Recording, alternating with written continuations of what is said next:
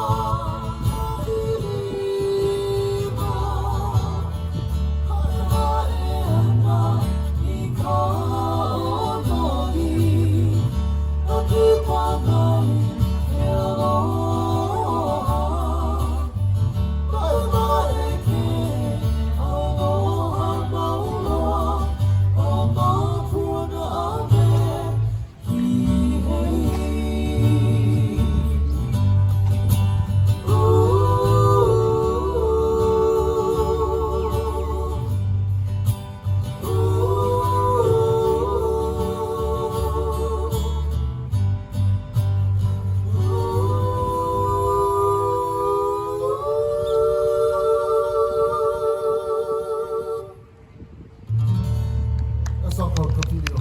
Mahalo.